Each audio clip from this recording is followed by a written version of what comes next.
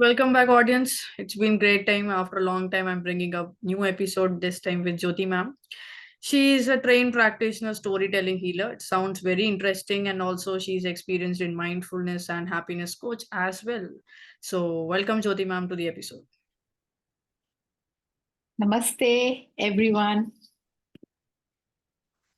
So now we can start with knowing how what is storytelling actually. Is it like telling stories, which we mean, or only those stories which already have? Kind of narration or kind of experiences.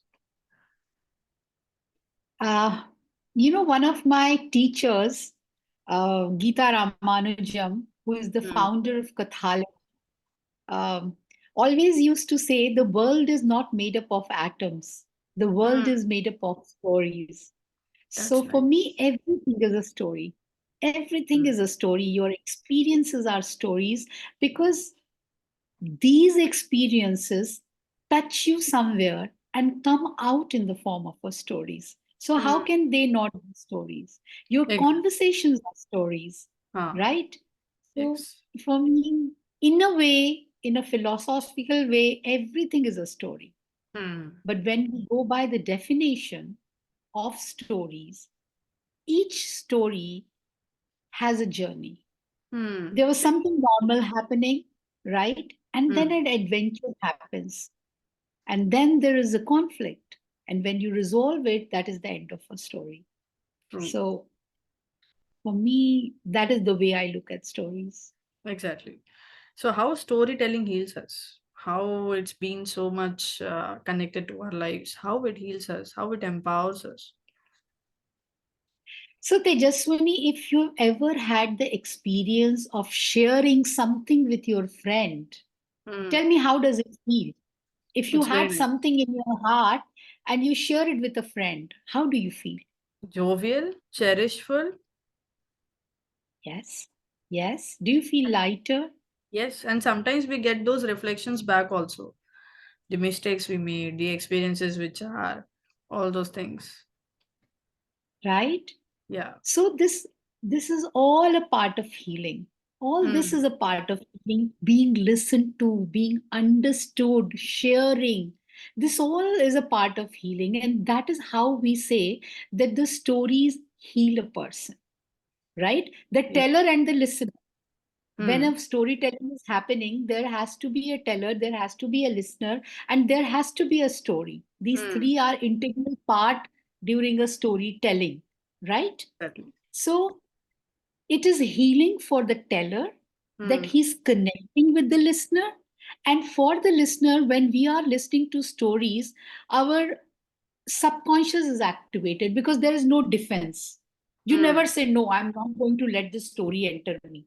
You are actively listening.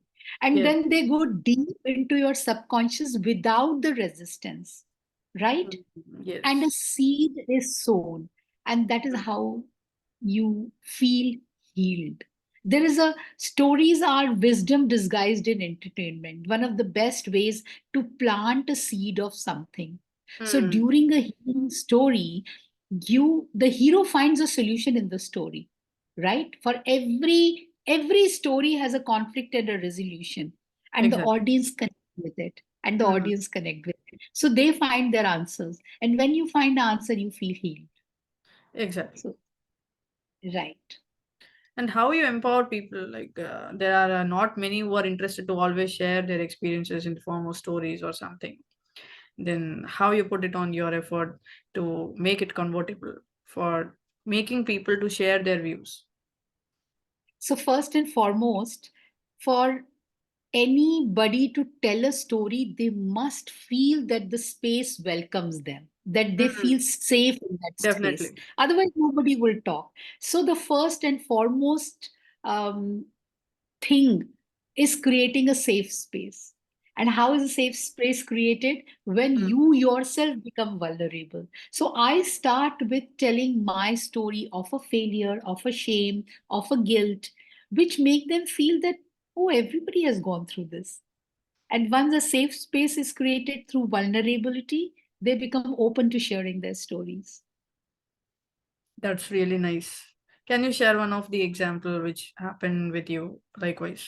A person who is not being extrovert and who is not interested or not knowing how to share exactly what he or she is facing in their lives. Then how you made that person feel comfortable in that space? So honestly, I'm an extrovert. It has never happened with me that I don't talk. But if I were to make that person an extrovert to share his story, Mm, maybe I will have to go deep down into the things which are holding him back. It's not a one session thing. The healing happens. yes, We have a one to one connect. We have to have connection, create a safe space, and that takes time. exactly. It's almost like a therapy. It's almost like a Mm, therapy when you think of it. You are developing the rapport. The first session is about developing a rapport, right? exactly. So that works in storytelling too. Okay. So what are the basic elements and the connections of integrations which are involved in storytelling? So the basic element of storytelling is there is a context or a setting or a situation. Then there is a hero. Then there is a challenge, and then there is a resolution. Exactly. Almost all stories of the world have this format, Hmm. right? These are the elements of storytelling. Somebody has to become a hero. This pen can become a hero in storytelling. My mobile can become a hero in storytelling, you Hmm. know. Exactly. So the setting can be anything. It is a forest, it's a boardroom, it's a class, it's a railway station. Anything can be a setting. And then what is the issue or the challenge and how Hmm. you resolve it becomes a story. Exactly. Do we have any types of storytelling also? Oh, yes. There are all kinds of storytelling. There are personal storytelling, there are myths, there are legends, there are folk tales, there are horror stories. So there are a lot of genres of storytelling. That's really nice. Yeah. I would like to know one thing, like how one can be a storyteller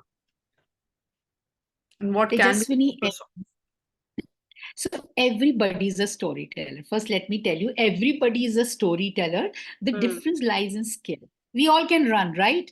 We all can Exactly. run. But a Hmm. person who runs marathon has done something different. He Hmm. has practiced. He has taken a specific diet. He might have a coach who trains him. So it's the similar with storytelling. We all can tell a story, but to tell a story skillfully, you Hmm. need skill sets, you need Hmm. a training, you need a teacher, you need practice like Hmm. any others. So Exactly. few elements of storytelling are how to engage the audience, Hmm. right? You need to have a hook, you need to have a voice that kind of connects with the audience. Exactly. When do you take a pause? What are the expressions? So these are some nuances of storytelling. Exactly. We are interested to hear a story from you now. And I think Okay. that will connect with the audience also. This is the best part of our episode. So I'm going to share a story which is very close to my heart. And I always like stories which have the setting of a village. I believe it has got something to do with my coming from a small town and staying close to a village. I was born in Rewa, which is a small place in Madhya Pradesh. And we had huge farms and all, and a huge ancestral house. I stayed there in early childhood. So the stories of village connect with me a lot more. So, a very long ago, in a village lived an old woman. She had a small house at the end of the village on a hill, a small cottage, and with a ground where she grew the vegetables. She was self sufficient. Every single day, she would get up, make food, water the vegetable garden, go down, sell her vegetables, get some money and the groceries, and the time went by. She was getting old, and the villagers loved her. So there was only one issue that on the top of the hill, water was scarce. So she had to get the water from the river in the village. And when she became old, she would find it very difficult to get the water for her household work. And the villagers decided they would take turns to take the water to the hill to her small little cottage.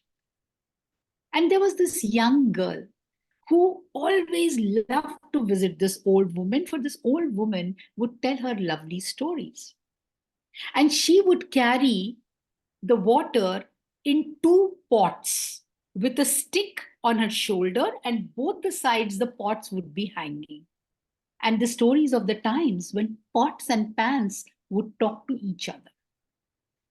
So, this of the two pots, one had a little crack in it.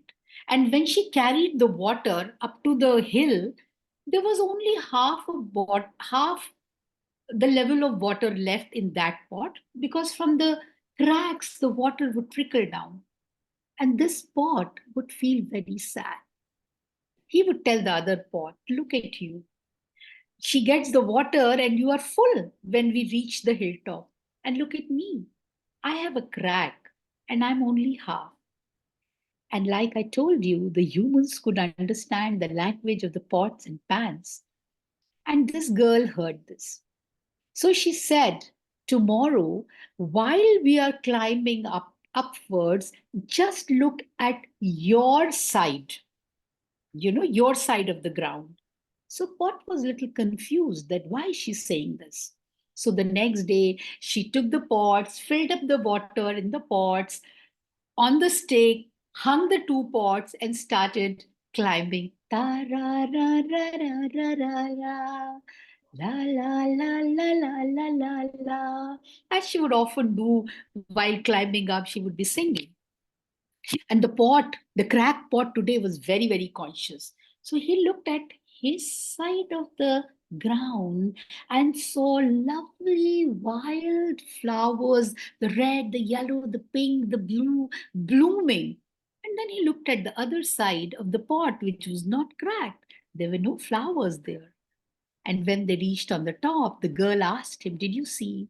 He said, "Yes." She said, "I always knew you had a crack. And so I had put some seeds on your side so that when the water trickles, they blossom into flowers."